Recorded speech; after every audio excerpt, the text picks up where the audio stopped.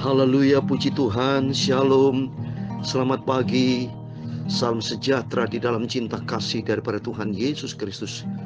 Kepada Bapak, Ibu, Saudara semua, kita bisa berjumpa kembali di dalam waktunya Tuhan, Kairos, on air kita Jumat pagi ini, saudara, melalui udara. Ya, Bapak Ibu, saya tidak tahu rumah masing-masing, tapi senantiasa Tuhan tahu bahwa kita semua di dalam rumah Tuhan. Ada di dalam penjagaan Tuhan, ada di dalam perlindungan Tuhan, di dalam pagar ilahi. Hari ini hari kita tidak pernah sendiri, selalu disertai Tuhan. Saya pada kesempatan sini pagi ini, saya mau nyanyikan Aku Berserah kepada Tuhanku. Sebab sebelum kita beraktivitas, kita minta petunjuk Tuhan. Tema renungan firman Tuhan pagi ini dengan tema petunjuk Tuhan. Kita minta petunjuk Tuhan, kita minta pimpinan Tuhan. Sebab Tuhan berfirman dalam Yohanes 15 ayat 5 dikatakan ayat 5b. Sebab di luar aku kamu tidak dapat berbuat apa-apa. Nah ini Yohanes 15 ayat 5b. Kalau dari 5a bicara, akulah pokok anggur dan kamu ranting-rantingnya. Barang siapa tinggal di dalam aku dan aku pun di dalam dia, ia berbuah banyak. Sebab di luar aku kamu tidak bisa berbuat apa-apa. Amin. Di luar Tuhan kita gagal. Di luar Tuhan kita akan menjumpai jalan namanya jalan buntu. Tapi kalau di dalam Yesus, pada waktu kita menghadapi jalan buntu, Tuhan Yesus berkata, melangkah maju, karena Tuhan akan memberikan jalan keluar. Amin. Oleh itu, mari kita minta petunjuk Tuhan. Kita rendah hati, kita andalkan Tuhan. Siapakah kita ini? Kita orang berdosa, Bapak Ibu. Kita dilahirkan dalam keadaan bayi, baju saja tidak punya, ya. Sandal jepit tidak punya, apalagi mobil, aset tidak punya apapun kita. Tapi kita bisa hidup sampai detik ini. Itu anugerah Tuhan, kemurahan Tuhan besar. Sadar, mari kita merenungkan hidup ini semua berasal dari Tuhan. Syukur kepada Tuhan karena kasih-Nya yang sempurna. Itu kita berserah kepada Tuhan. Biar hari demi hari kita melangkah bersama dengan Tuhan. Dan Tuhan Yesus memberkati kita semua. Karena Yesusku luar biasa, Dia akan menyertai hari demi hari kita melangkah bersama dengan Tuhan. Saya akan menyanyikan sebuah pujian. Ku berserah kepada Allahku. Ku berserah kepada Tuhanku di darat pun maupun di laut menderu. Tiap detik tak pernah berhenti. Bapa surgawi Tuhan Yesus terus menjaga kita. Amin. Puji Tuhan. Ku berserah kepada Allahku, haleluya. Di darat pun di laut menderu, tiap detik, haleluya, tak berhenti, amin, haleluya. Bapa surgawi terus menjagaku, haleluya. Ku tahu benar, ku dipegang erat di gunung tinggi dan samudera, amin, haleluya. Di taufan gelap ku didekap, amin, haleluya. Bapa surgawi terus menjagaku, haleluya.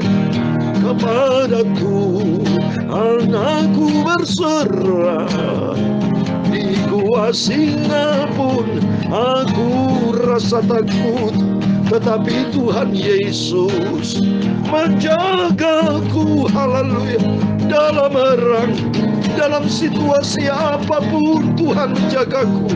Ku tahu benar, ku dipegang erat, haleluya. Di gunung tinggi dan samudera, amin. Di taufan gelap ku didekap, amin, haleluya. Bapa surgawi terus menjagaku, amin, haleluya.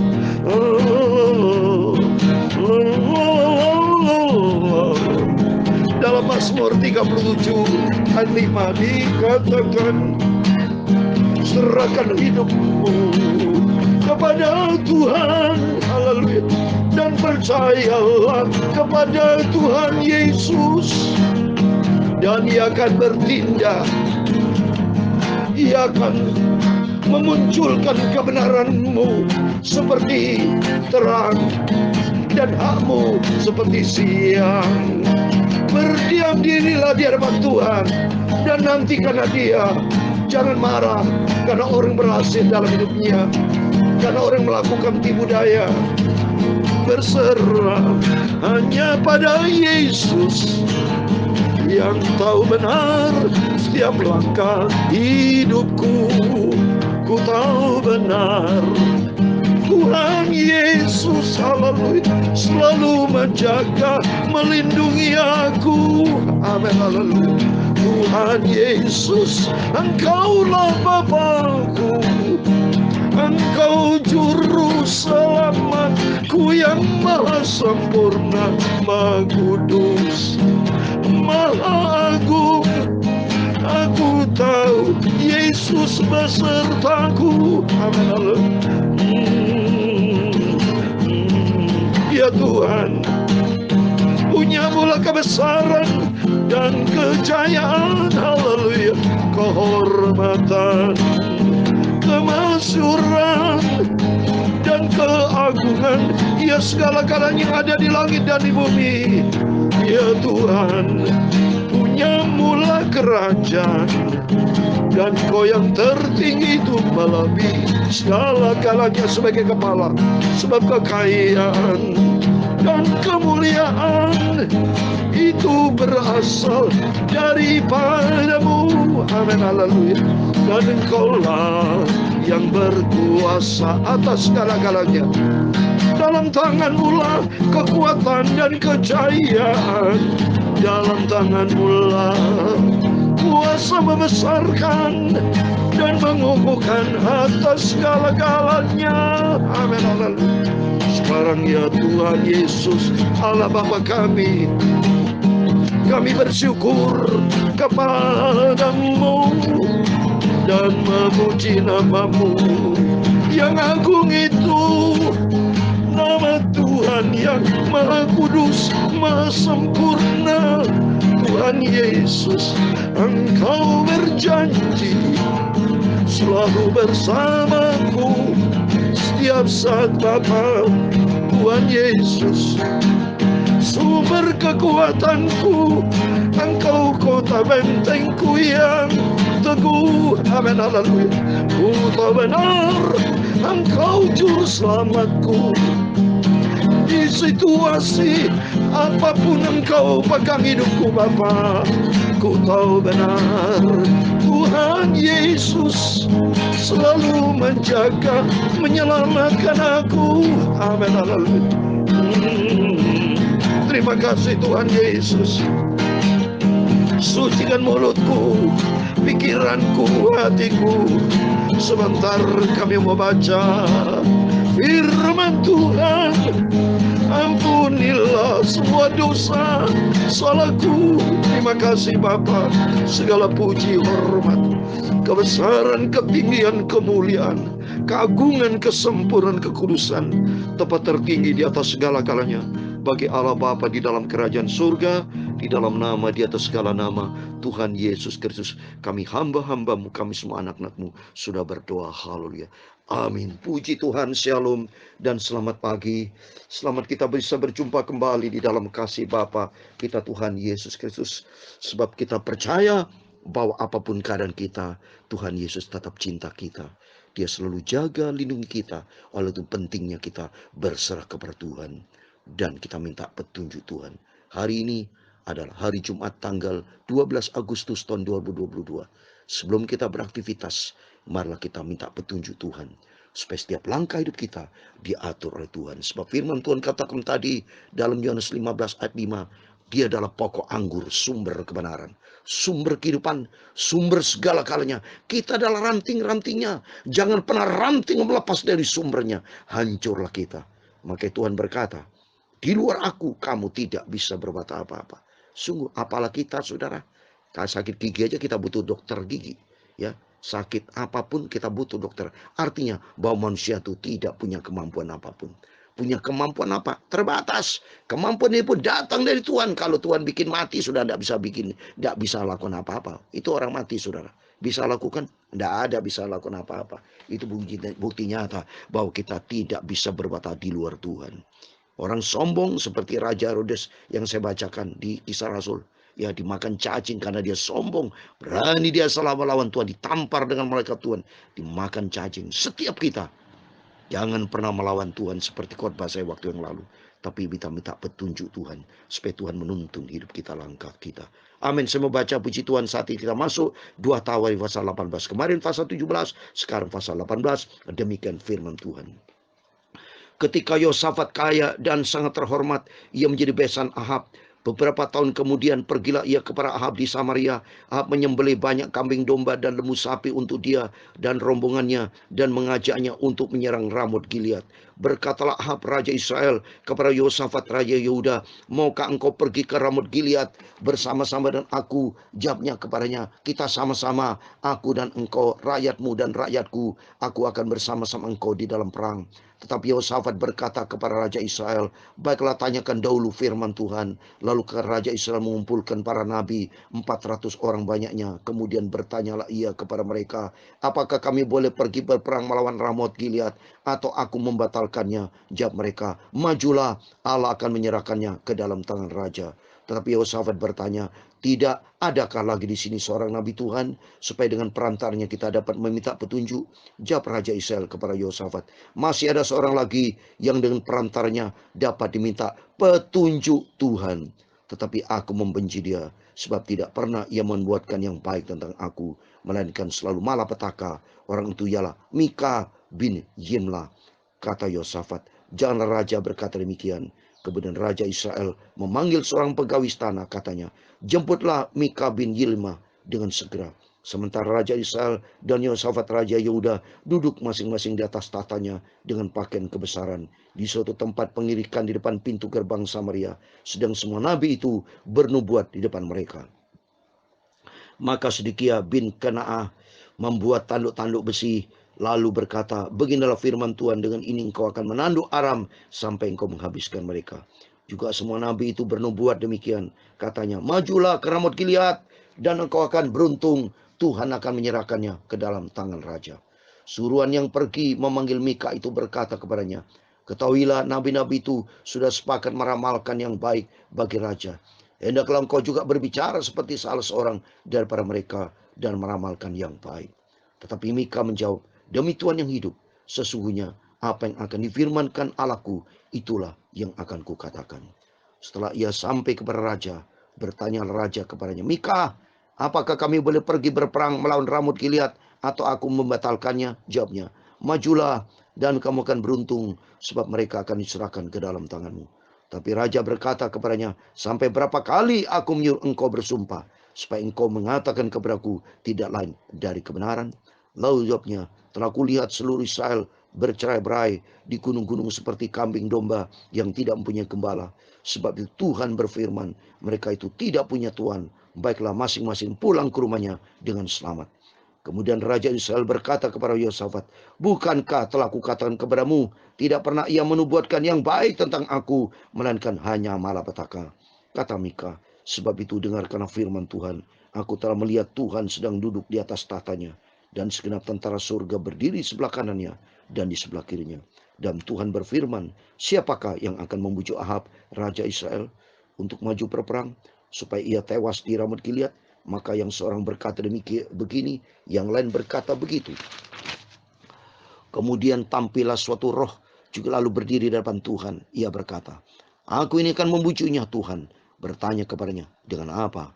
Jawabnya, aku akan keluar dan menjadi roh dusta dalam mulut semua nabinya. Ia berfirman, biarlah engkau membujuknya, dan engkau akan berhasil pula. Keluarlah dan perbuatlah demikian. Karena itu sesungguhnya Tuhan telah menaruh roh dusta ke dalam mulut nabi-nabi itu, sebab Tuhan telah menetapkan untuk menimpakan malapetaka kepadamu. Sesudah itu tampillah Sedekia bin Kenana, ditamparnya lah pipi Mika serta berkata, bagaimana mungkin roh Tuhan pindah daripadaku untuk berbicara kepadamu? Tapi Mika menjawab, sesungguhnya engkau akan melihatnya pada hari engkau lari dari situ kamar ke kamar yang lain untuk menyembunyikan diri. Berkatalah Raja Israel, tangkaplah Mika, bawa dia kembali kepada Amon penguasa kota dan kepada Yoas anak raja, dan katakan, beginilah titata raja, masukkan orang ini ke dalam penjara dan beri dia makan roti dan minum air serba sedikit sampai aku pulang dengan selamat.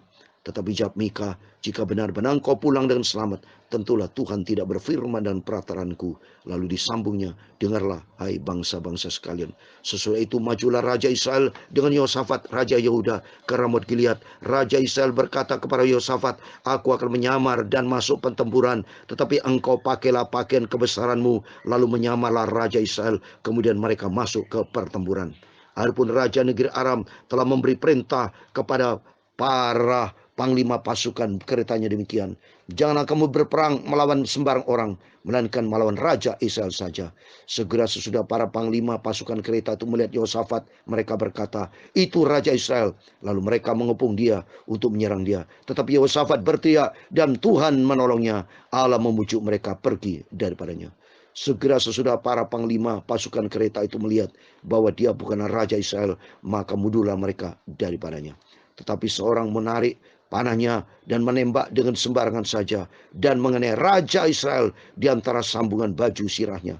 Kemudian dia berkata kepada pengemudi keretanya, putar, bawaku keluar dari pertempuran, sebab aku sudah luka. Ayat 34 terakhir.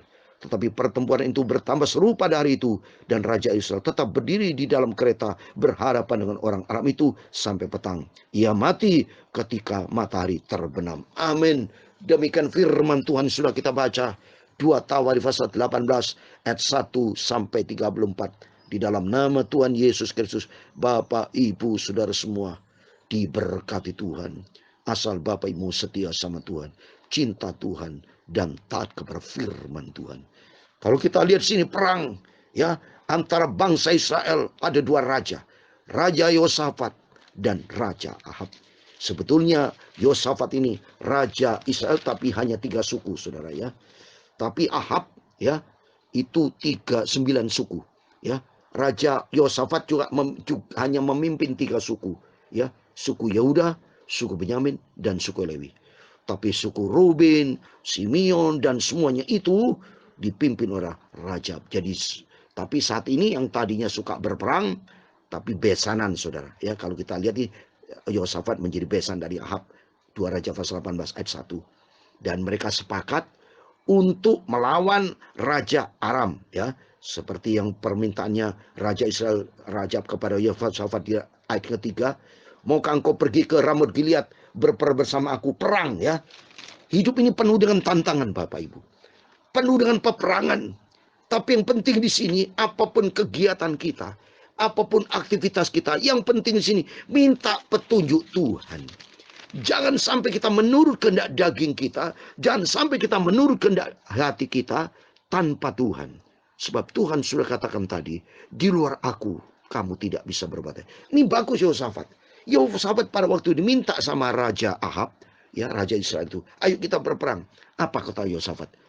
Kita minta petunjuk Tuhan. Coba saudara baca di ayat yang ke-6. Tetapi Yosafat bertanya, tidak adakah lagi di sini seorang nabi Tuhan, supaya dengan perantaranya kita dapat meminta petunjuk. Kita minta petunjuk kepada Tuhan. Apa yang hendak kita kerjakan, harus minta pimpinan Tuhan, minta petunjuk Tuhan. Seperti yang Raja Ahab, Raja Israel berkata di ayat ke-7.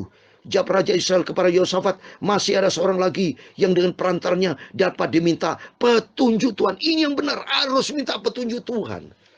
Itu Raja Ahab gara-gara Yosafat yang bilang, memberikan nasihat, ayo kita minta panggil seorang nabi supaya minta petunjuk Tuhan. Artinya bahwa sungguh-sungguh kita rendah hati. Di luar Tuhan kita tidak mampu. Apapun Bapak Ibu Saudara menghadapi aktivitas, menghadapi kegiatan pada hari ini, menghadapi problem, menghadapi semua bentuk kehidupan kita, kita minta petunjuk Tuhan. Apapun yang Saudara ingin kerjakan, mau minta kredit di bank, mau beli tanah, mau bisnis, mau kejumpa dengan orang, apapun saudara, kita minta petunjuk Tuhan. Itu artinya kita andalkan Tuhan. Kalau kan mandal Tuhan beda saudara. Ini bukti nyata ada perbedaan antara orang minta petunjuk Tuhan dengan petunjuk daging. Yosafat minta petunjuk Tuhan, selamat. Tapi Raja Ahab karena dianya sombong, marah kepada Nabi Mika.